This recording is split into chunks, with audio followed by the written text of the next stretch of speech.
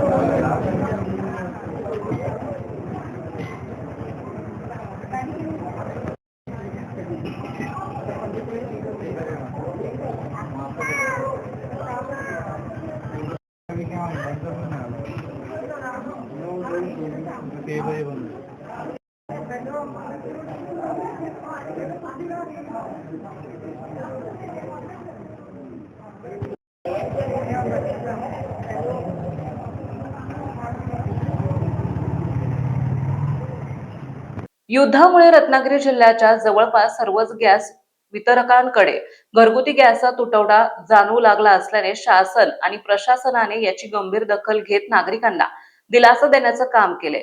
परंतु नागरिक मात्र शासन आणि प्रशासनाच्या आव्हानाला न जुमानता आपापल्या गॅस एजन्सी बाहेर रांगा लावून उभे असल्याचं दिसून येऊ लागले। दरम्यान गॅसचा साठा संपत आला असल्याने आता काही हॉटेल व्यावसायिकांना अखेर जुने दिवस आठवले आणि त्यांनी चक्क चुलीवर जेवण करण्यास सुरुवात केली असल्याचं दिसून आलंय, जेणेकरून आपल्या हॉटेलमध्ये येणाऱ्या ग्राहकांवर परत जाण्याची वेळ येऊ नये।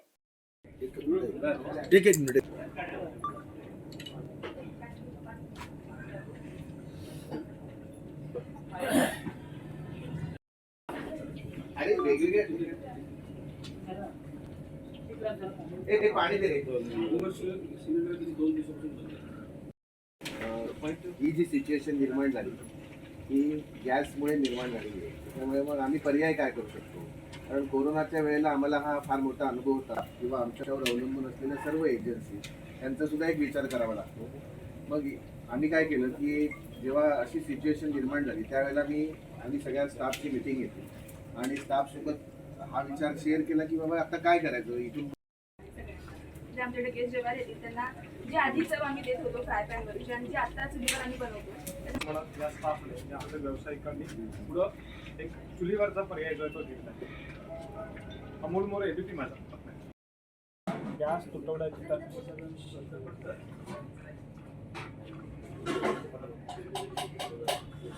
रत्नागिरी शहर किंवा जिल्ह्यातल्या अनेक हॉटेल व्यावसायिकांना आता गॅस तुटवड्याची झळ बसते आणि त्यावरती पर्याय म्हणून या व्यावसायिकांनी